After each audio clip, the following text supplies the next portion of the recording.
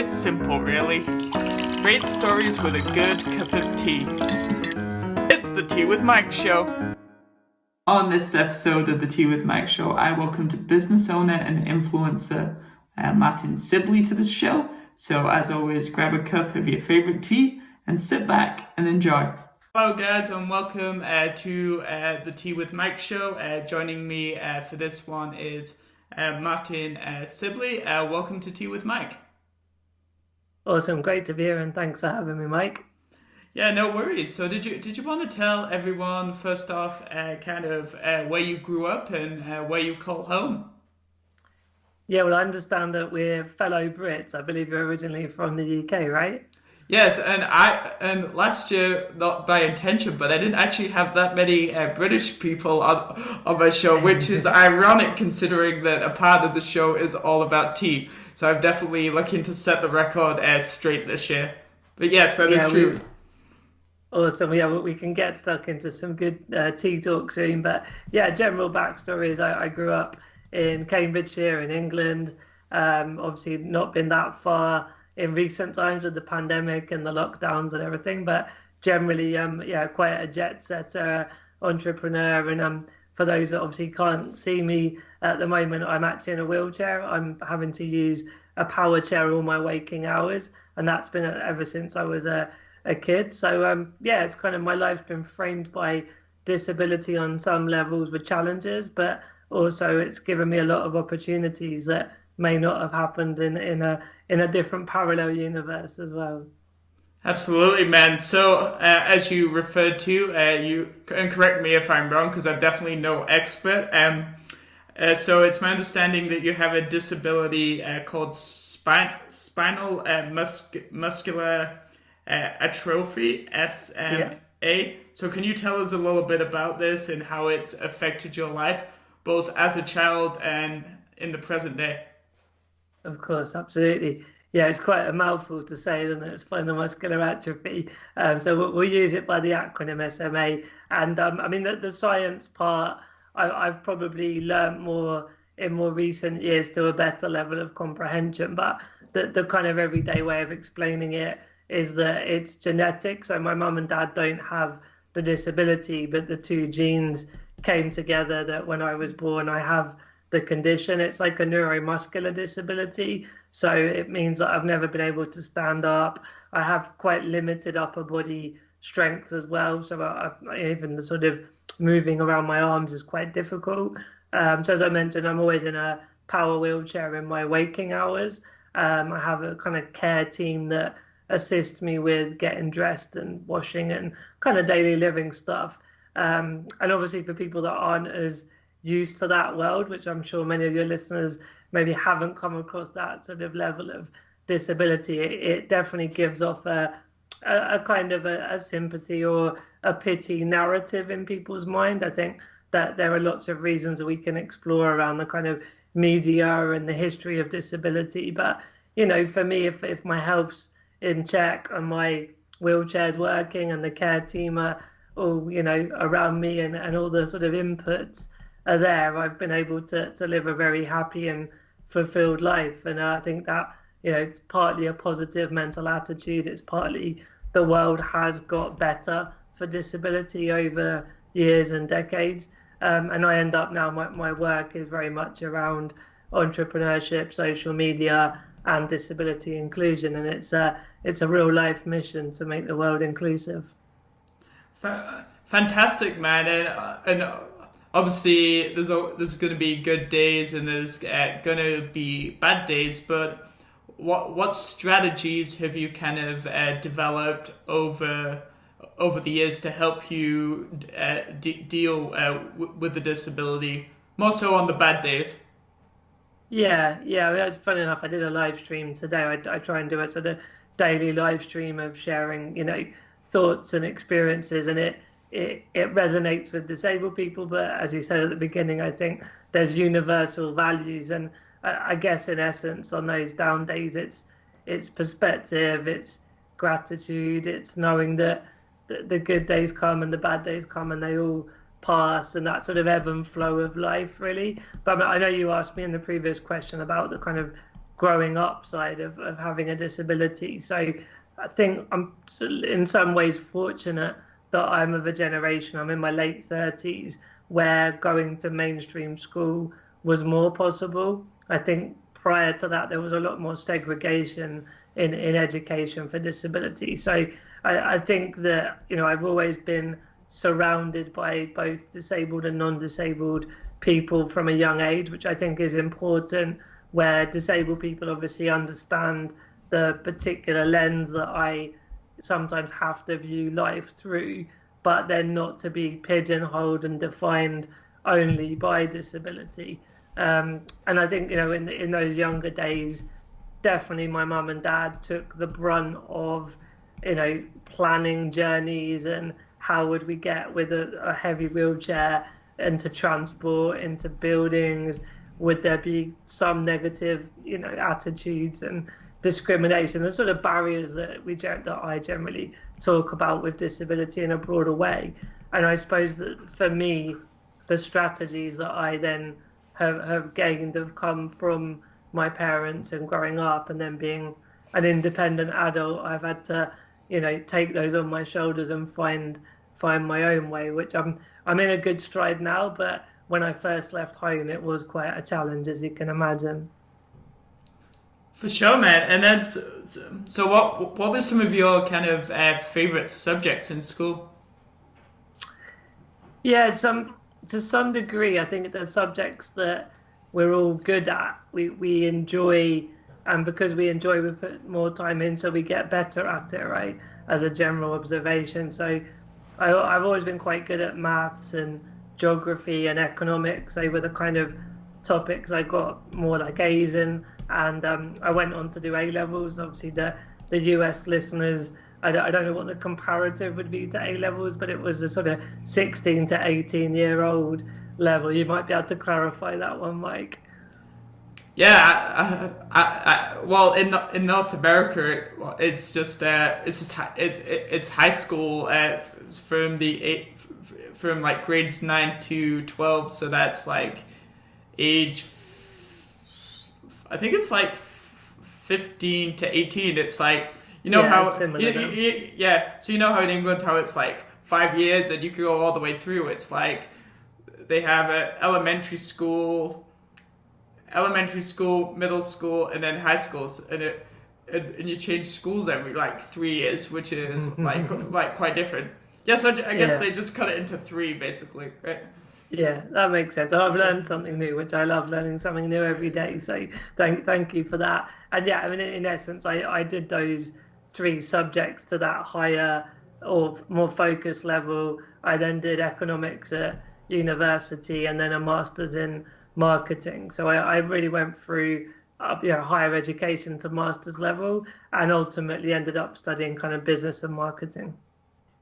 And what was there anything that influenced you like to go down this particular path in terms of choice?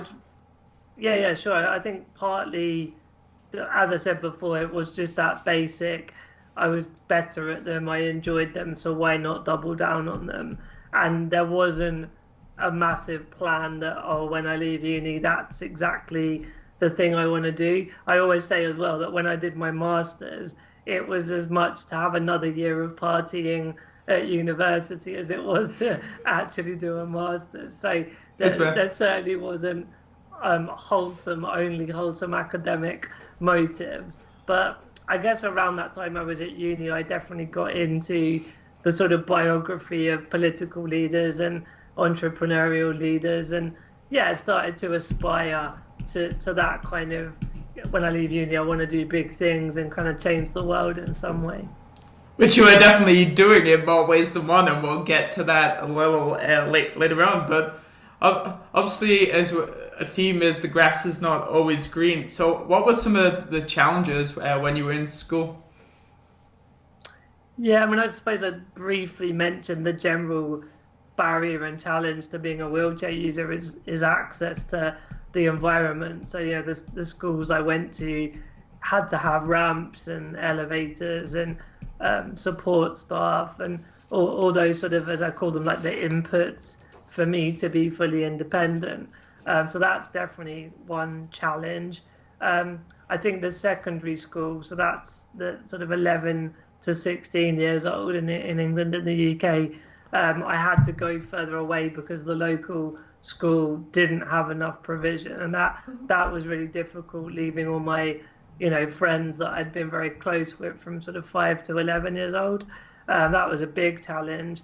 And then even though I adapted and met new friends and kind of settled into that new school eventually, it made socializing harder because my school friends were like half an hour away, and I kind of sometimes felt a bit in the middle between the older friends and the newer friends and the geographical difficulties. But in the end, I still went to the after school parties, and my parents were always very helpful at picking me up from nightclubs when I was 18, 19 before I went off to uni. So there's always been solutions, but it's always been harder to plan and harder to do. Fantastic, man. And it sounds like your parents have been very supportive of the journey. Yeah, 100%. I think that, the general positive attitude I've got definitely comes from my parents, and the sort of problem solving angle, is partly nature, partly nurture, but yeah, absolutely from parents too. Nice. And then, so what's kind of one piece of advice that you would give to someone that's I guess slightly younger than yourself, living with a disability, and then also more broadly to people living in their community? Yeah, great question. I mean, I suppose without jumping the gun onto some of the things I've done since uni career-wise, but I started blogging in '09, and it was very much what did I, or what would I've wanted to hear when I was a disabled teenager. And obviously when I was a disabled teenager, it was pre-blogging, pre-social media. I think vaguely remember internet and sort of AOL Messenger, but it was way before the kind of Facebook social media era. And yeah, so when I was looking at, well, what did I need, and kind of AKA what does a disabled person in their teen years now need, I think the advice is like, just go out and forge your own path. I think that there's so many different parts of advice that fire off in my head that I'd love to pass on, but that best one is just kind of tapping into what you're passionate about, what you enjoy, the kind of contribution you want to give to the world and society, and don't let stereotypes and, as I touched upon earlier, that kind of media narrative of disability has been a little bit negative and sort of sub story over the years. And of course there are challenges, and there are real adversity that we have to raise awareness of in the media. But I think that more than ever, it's possible to get out there and kick ass, but you have to lead that. You have to do that yourself. You can't wait for someone to do it for you. Fantastic. And would you say that media coverage on this particular topic is improving over the years? I mean, it's getting better. So after I started blogging quite quickly, I think, being able to have a voice by something like blog and social media, you can connect with journalists as well more easily. And so I was very quickly invited onto the BBC. I've written for The Guardian and other newspapers. I've been on BBC Radio as well as TV. And I think they're more open to, it doesn't have to be tragedy over triumph. It doesn't have to be welfare charity story. It can be, run of the mill, someone that's great at sport, someone that's good at business, someone that, just doing cool stuff that almost happens to have a disability. And I think it's getting more balanced, but I think the mainstream media have still got a little way to go as well. A little way to go. Nice. All right, and then let's go back a little bit to your university days. What were some of the most important skills and kind of life lessons you learned from going to university? Yeah, so I suppose some of the academic parts, research, doing public presentations, writing, essays, like, of course, that helped going into the job market, and then what I'm doing more recently entrepreneurially. But I probably would say that was the lower part of the real value. It was, not relying on mum and dad. I had a team of care assistants, but I had to direct them as to what I wanted help with, what my day looked like, starting to realize that if you don't ask to have your clothes washed, that there's not the magic fairy of mum or dad anymore. So yeah, I think as anyone will have experienced, it's just that realizing that, financial management, being able to buy and cook the foods you like, and maybe a bit later on learning that you can't always eat the bad foods. You have to sometimes eat more balanced and healthily, which probably was more a 30s thing that I learned. But yeah, just all that kind of independent living stuff that happened just by leaving home and going through that big disruption to my life. Now, and so you raised a very important point about the importance of communication. So like, what are the best ways to communicate with people to ensure that you get things done? Basically, what are some tips and tricks? Yeah, I mean, it's again, I often look at, if I didn't have this neuromuscular disability, would almost like my personality traits differ? And so the reason I say that is that I know that I am a strong, powerful communicator, and is that nature, is that nurture, and is there some level of my disability that I've always had to communicate help on the most basic things? I think that's just quite an interesting thing to put out there and for everyone to consider in general, but and say not just about disability, but in all of our different ways. I think in terms of your question of communication, I think there's just around listening and empathy. So I've definitely got better at knowing, that whilst I've got my needs and I have to have certain things done physically, it's never, my mum even taught me this, it's never cost anything to say please and thank you, and to have that politeness and those sort of valuing other people's support. And then, yeah, just very much kind of asking questions of the care team. How's their life? What are they up to? Yes. Just being human. I mean, it's almost hard to give tips on it because it has to be authentic and natural, not premeditated. Right. So but it ultimately is caring about people, right? Right, and it's about being real and being in the moment, right? Yeah, 100%. It can't be sort of I'm asking this question because then they're going to help me more. Like, that's just manipulative. But when you just genuinely care about people's happiness, you get so much more back in abundance. Fantastic, and we'll pick up on this train of thought again in a moment, but we're just going to have a little tea break. And so today's tea fact is, bear with me for the pronunciation, and then it's spelled Koulukkumalai. Tea estate of Muna, India is the highest tea estate in the entire world, and that comes from seriousfacts.com/teafacts. So that's a little bit of tea history for you today. I love that. Very difficult to pronounce as well. Yeah, for sure. So seeing as we're having a little tea intermission, like, what's your favorite type of tea?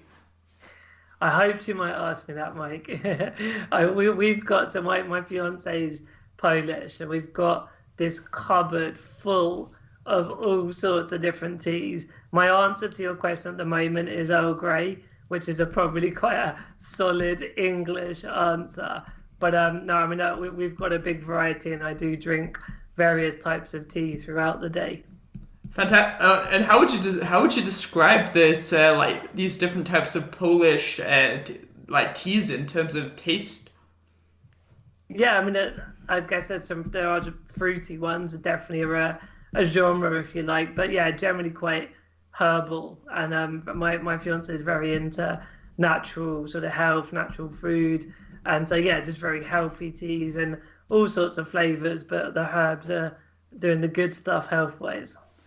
So, do you guys drink any green tea? Because like I've learned just through research a little bit that green tea is like very healthy with I think it's like the oxidants and like how it's like formulated makes it has lots of natural health benefits. Agreed. Like I'm not going to blag some level of knowledge I've not got, but you're right. There's a lot of antioxidants. It is healthy. When I tried it a few years ago when I was in Japan, I didn't really get into. I just couldn't quite enjoy the taste. And about 6 months ago, I tried it again, and I'm into it. And my favorite is a green mint tea. So it's got a mint flavor with it, which is delicious. Nice, and I only bring this up because we naturally fell onto the topic, but later in the year I'm gonna be having a tea expert from Japan on the show, so I guess we'll learn a whole lot more. So that's cool. Indeed, looking forward to hearing that. Yeah, for sure. And so, okay, so and then back to your story. So obviously, you're the co-founder and CEO of the Purple Goat Agency. So can you tell us a little bit about it and what inspired you to set up this cool-sounding, funky agency? Yeah, I think that the baseline is there's sort of an intersection of my work around entrepreneurship and business, social media marketing, and disability and inclusion. So for 5 years after uni, I worked at a large disability NGO. So that's where I got a lot of that grounding in the professional sort of, economic, political, civil rights side of disability. And then through blogging, I've become known as an influencer. I've been voted one of the UK's most influential disabled people. And then through that journey, I sort of started a magazine and a travel company for disabled people, which we actually were acquired by Airbnb. So there's a few other projects and initiatives over this last 10 years or so. And then really it's culminated with Purple Goat, whereby it's a specialist social influencer agency for disability. And we're really clearer than ever on the business case of why brands and governments should be more inclusive of disabled people. There's actually very big numbers. It's 1.3 billion people globally that spend around $8 trillion annually. And so businesses are quite frankly missing out on, good employment and employees and on consumers. So that's where we are. We're at that intersection of that whole area. Nice. So what type of businesses do you work with? Yeah, so very well-known big tier one brands. Sort of some of them we're not allowed to talk as much about, but supermarkets, e-commerce, home streaming video companies, etc., etc. And also we work in the disability space where there are big companies that manufacture and sell wheelchairs, adapted vehicles. Our value proposition is helping connect disabled consumers with all these different types of brands. Fantastic, man. And then when obviously you sent through a little bit about you, so I could do some preparation. So you describe yourself as, quote, a regular guy who happens to have a disability, end quote. So did you base the answers to the questions on your agency's website on your own kind of like personal experience of the marketing and branding industry? Do you mean like how much of my personal experience has become Purple Goat? Part of your agency and like the core and the mission and the values, any of that type of thing. Yeah, understood. I mean, I think undoubtedly when you're an entrepreneur and a founder, and I've partnered with a large influencer marketing agency that have like exploded in their growth the last 5 years. So that's brought a wealth of knowledge and experience that has helped us kind of fast track this. But yeah, I mean, a lot of my values are very much fed into the ethos and the belief and the mission of the agency. But I think the important step from me as a blogger and an influencer to the agency is that we're getting many other disabled influencers involved. So I'm not the one always creating the content or speaking at conferences, which I still do, but we're creating economic, job opportunities for lots and lots of other disabled people. So we're really finding it's a win-win-win, that it benefits the community and it benefits businesses and it benefits us as an agency. That's fantastic. One of the coolest parts about it is creating opportunities and jobs for others that probably didn't exist even like back when you were finding your path. Correct? Yeah, I mean, I think when I started blogging, I was one of the first disabled, blogger influencers that were out there. And luckily now there's with Instagram, YouTube, there's so many people in really amazing niches. Like there's disabled beauty and fashion bloggers, there's disabled football, experts. Like it goes on and on and on. And so we just help connect the dots with whatever the brand campaign is. We find the right influencers, and particularly in the pandemic, the unemployment is larger for disabled people as a general stat, and I think that the pandemic has had a compounded effect. But we're actually being able to create opportunities in lockdown as well. Oh, that's cool. So just because it's a natural progression, how has the pandemic affected your business, and how have you kind of adapted? So we were planning to launch around April, May, a few months in the making, sort of end of 2019, early 2020. So Purple Goat was already happening, but we went into lockdown at the end of March in England. So we actually launched the agency after the lockdown started. And I probably would say it would have been a similar trajectory, but because of the pandemic, we've definitely had more business opportunities. Oh, okay. Where, actual events and conferences have been shut down. And I think, I know you and I follow Gary Vee a lot. We understand the sort of modern, social influencer space is generally where it's going to and where it's at. And I think the pandemic has just pushed a lot of marketing budgets to go there, and that's where we are, that disability expert agency. So it's been a horrible, difficult time for many people, and we all know those challenges. But on a business level, it's probably been a benefit, actually. Oh, because of the transformation from going from like a 300-person event to now, like they need to get the same attention, but online. Right? Yeah, and we can bring it. Exactly. Fantastic, man. So can you tell us a little bit about what people that are living with disabilities need from a brand, almost from the kind of the consumer perspective? Yeah, so I guess there is the physical, tangible aspects. Like, if it's a product, has it been designed with particular kinds of disabled people in mind? We often segment the community. So you've got mobility and dexterity, which I probably would personally fall into. You've got visually, like kind of the blind community, hearing, the deaf community. Neurodiversity is sort of learning disabilities and autism and that kind of stuff. So I think we have to just understand that it's not a homogenous group and there are different needs and wants. But I think first off is the physical product designed with user testing of these different segments. Our buildings, architecturally designed with these different disabilities in mind.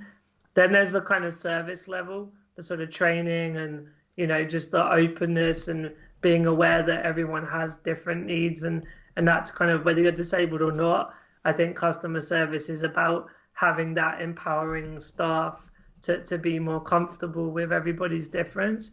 I guess that even it similarly goes into the diversity and inclusion agenda, right? It's just about being a brand that is just welcoming to all humans. But in the end, I think that the core need is to be seen and to be heard, and then to be included in the design phase. And then once and it's been getting better, once that's improved, it comes back to then doing inclusive marketing as well. Right, and probably also spreading awareness and that educational aspect too, right?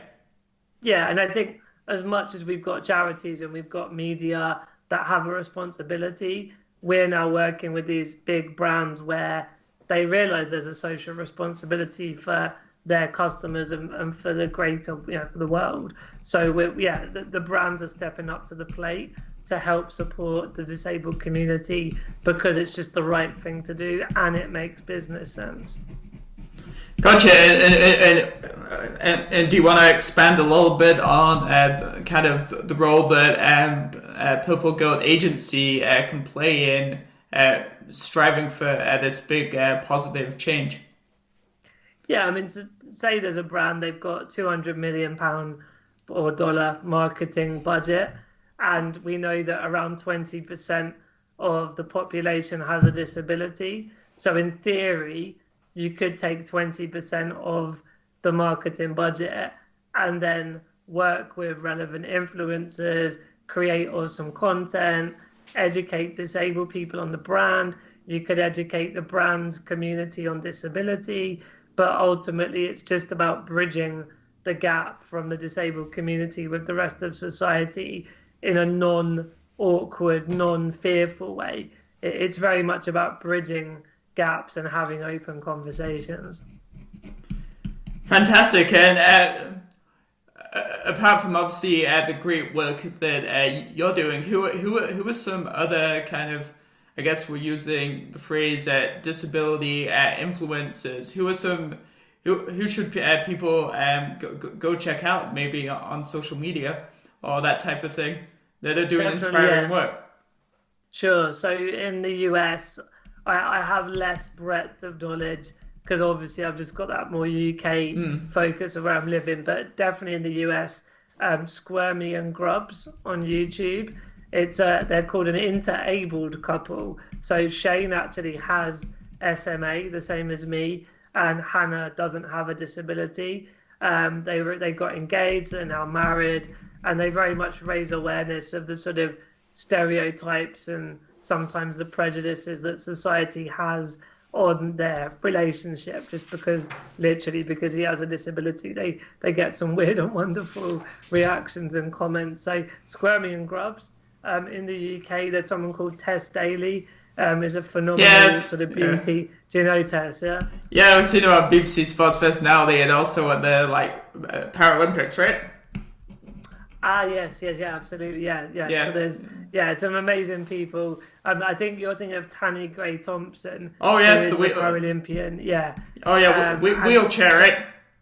Yeah, that's Tanny Gray Thompson. Yes, and then cool. Tess Daly does more like the beauty fashion stuff. Right. But yeah, I mean Tanny Gray Thompson's a phenomenal influence, as you say, on the Sports Personality Awards and Paralympic, and she's now involved in politics in our House of Lords.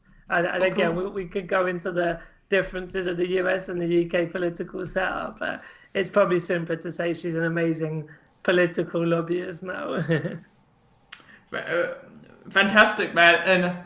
And so how important is the Olympics in bringing awareness to these types of communities? Yeah, so I love the conversation about Olympic and Paralympic. So the kind of history of the Paralympic Games, there's a couple of films out there that I definitely would recommend. Well, one was all about the guy was Dr. Goodman, and he there were around spinal injury, particularly because of World War II, there was a lot of soldiers coming back that had to use wheelchairs. So that's sort of around that variation of points in history is where the Paralympic Games comes from. Another general disability rights, disability awareness film on Netflix is Crip Camp. So definitely I'd recommend everyone looks at that. And there was another one called Rising Phoenix, which is very much looking at the more modern Paralympic Games. So just a few for everyone in the lockdowns, a bit more viewing options to get stuck into. But I think for me, where the Paralympics made a massive difference, particularly in the UK, was 2012 in London. And I think disability had those narratives I was talking about earlier, more segregated, more charity, more pity. And suddenly these icons were just thrust into the mainstream media, and just like the kind of bionic leg stuff, and it just brought this whole amazing narrative, right? And I think that's just been really powerful from about 2012 at the London Olympic and Paralympics, which then has seen more representation in media, in film, in TV. So it has a really positive legacy. The one little downside I would observe is that a lot of disabled people feel almost like a pressure to be a Paralympian, otherwise they failed. And, it's bloody hard being a Paralympian. It's a lot of training, and not everyone is built for that kind of, that's not their future. So there, as always, there's that balance of we don't all have to be a Paralympian, but I think it certainly changed the narrative in a positive way. Nice. And so obviously, as we've been alluding to, since you've left university, you've become a disabled influencer on a, quote, mission for a fully inclusive world. So not only are you a presenter, speaker, the author of Everything is Possible, an advisor to governments, businesses, and charity, and the co-founder of Disability Horizons magazine and a podcaster. So if you take all of these amazing achievements, what have been some of the challenges that you've had more on an independent level in your journey, and then what skills have you learned as you've gone through these experiences? Yeah, I mean, a lot of the things you were talking through, like the book, the podcast, the sort of general influencer stuff, I think we all know that it's like we all have to be that personal media company, that personal media brand. And so that's just been so much fun, taking, in essence, my message, which is that disabled people can do cool shit as well. That kind of general essence is one way of putting it. So yeah, I mean, and I think coming back to your point about challenges, there was, like, when I left the job at the charity in 2011, there was a lot of unknowns about how to make an income, how to self-publish a book, how to do a podcast. Like, you've, I'm sure, been through similar challenges with getting set up and all the great stuff you're doing. And so there's been many, many different kind of challenges, but I suppose the skills that are more universal are around, kind of dreaming big, like don't be held back, so let your imagination run wild. Have good people around you that can help partly cheer you on, but partly find the answers that you need to find on the way. I think collaborating and partnering has been a massive benefit. Like, there's a point where we think we have to do everything alone, but even if you're like a sole trader or an entrepreneur, it's still really nice to work alongside your peers and your fellow influencers. And I guess even just connecting on these kind of interactions now is always learning, through this kind of thing. So yeah, I think ever the eternal student. There's always something new to learn every day, like I said earlier. But ultimately, the best way to learn is by doing and not overthinking and over-philosophizing. Fantastic, man. And then, so obviously, despite everything going on and all of the successes that you've had, these are clearly A, time-consuming, and B, often pose challenges every single day. So how do you ensure that you take care of your own mental health and also medical health? And then also, what happens if you neglect either of these, and like what impact and effect does it have? Cool. So I guess taking the health to the physical health side, I'm if lucky is the right word, but I'm fortunate within the realms of my disability that I don't have chronic fatigue or chronic pain. I think, other types of disabilities where there's this underlying constant tiredness or constant pain is a whole other challenge. Once I'm up and I'm in my wheelchair and I'm cracking on, I'm able to then do a full day's work and all that kind of stuff. So sure. I guess just to tick that off, other than the support we talked about earlier, generally health-wise I'm okay.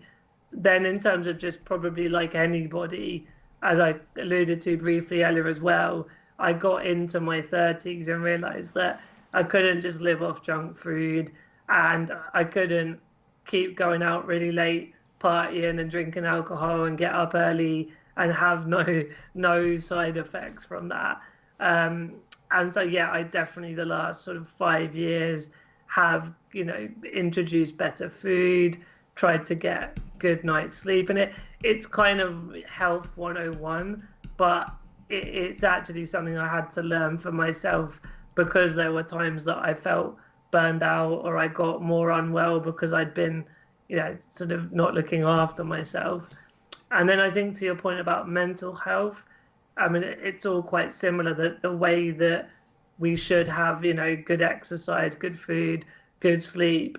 I think there are just some general, things in our routine around mental health. And I think it just comes back to like self-awareness, making sure that I don't overwork, because I probably have a tendency to be a bit of a workaholic if I'm not careful. So, the kind of taking the dog out for walks and getting fresh air and all that kind of stuff.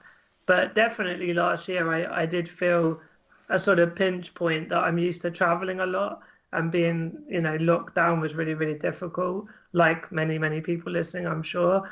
But I have had a couple of times where I have spoke with a therapist, and I remember having a stigma about mental health and therapy, and I felt awkward in myself, but then I also felt awkward if others would judge me. But I found it the most positive experience, that I just got to talk through things over my life that definitely had built up, and I was able to sort of change my beliefs and change my relationship to those stories to feel more positive and empowered. That was the perfect sound cue. No, very good. And then just to kind of wrap up today and go in a completely different direction, and I was very fascinated by these additional parts of your life. So talk to me a little bit about how you drive an adapted car, you've flown a plane, and you've done skiing and scuba diving. Yeah, they were all pretty crazy experiences. I mean, in terms of how they came about, when I got going with the blogging, had a lot of the mainstream media attention, I left that job at the charity partly to travel more. And it was like the more I traveled, the more I got invited by tourist boards to other destinations, and they kind of wanted me to do more crazy stuff. So that was where all these weird and wonderful opportunities came from.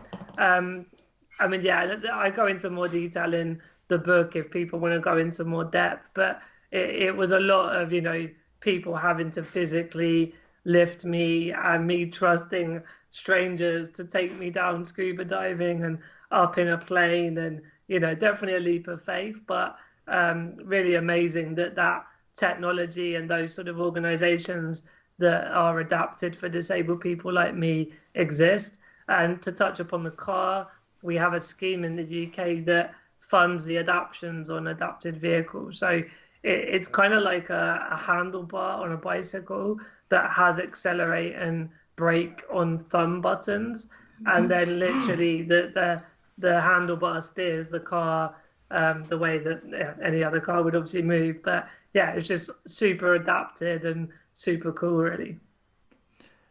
Did it when you first started driving? Did it take you a while to like get used to it?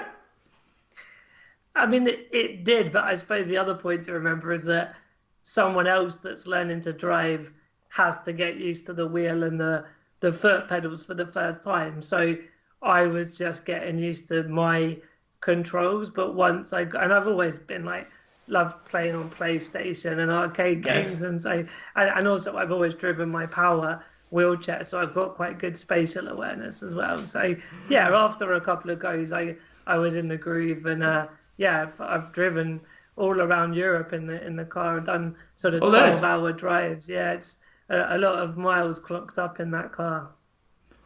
Fantastic, man. And well, thank you for sharing your story today and chatting with me. Oh, absolute pleasure. I've been really looking forward to meeting you, Mike, and thanks for what you're doing with these amazing episodes and interviews.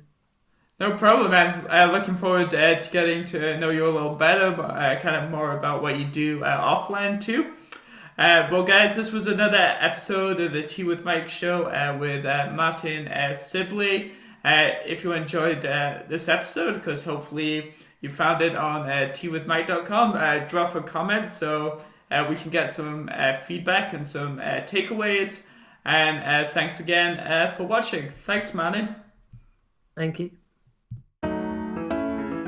It's the Tea with Mike show.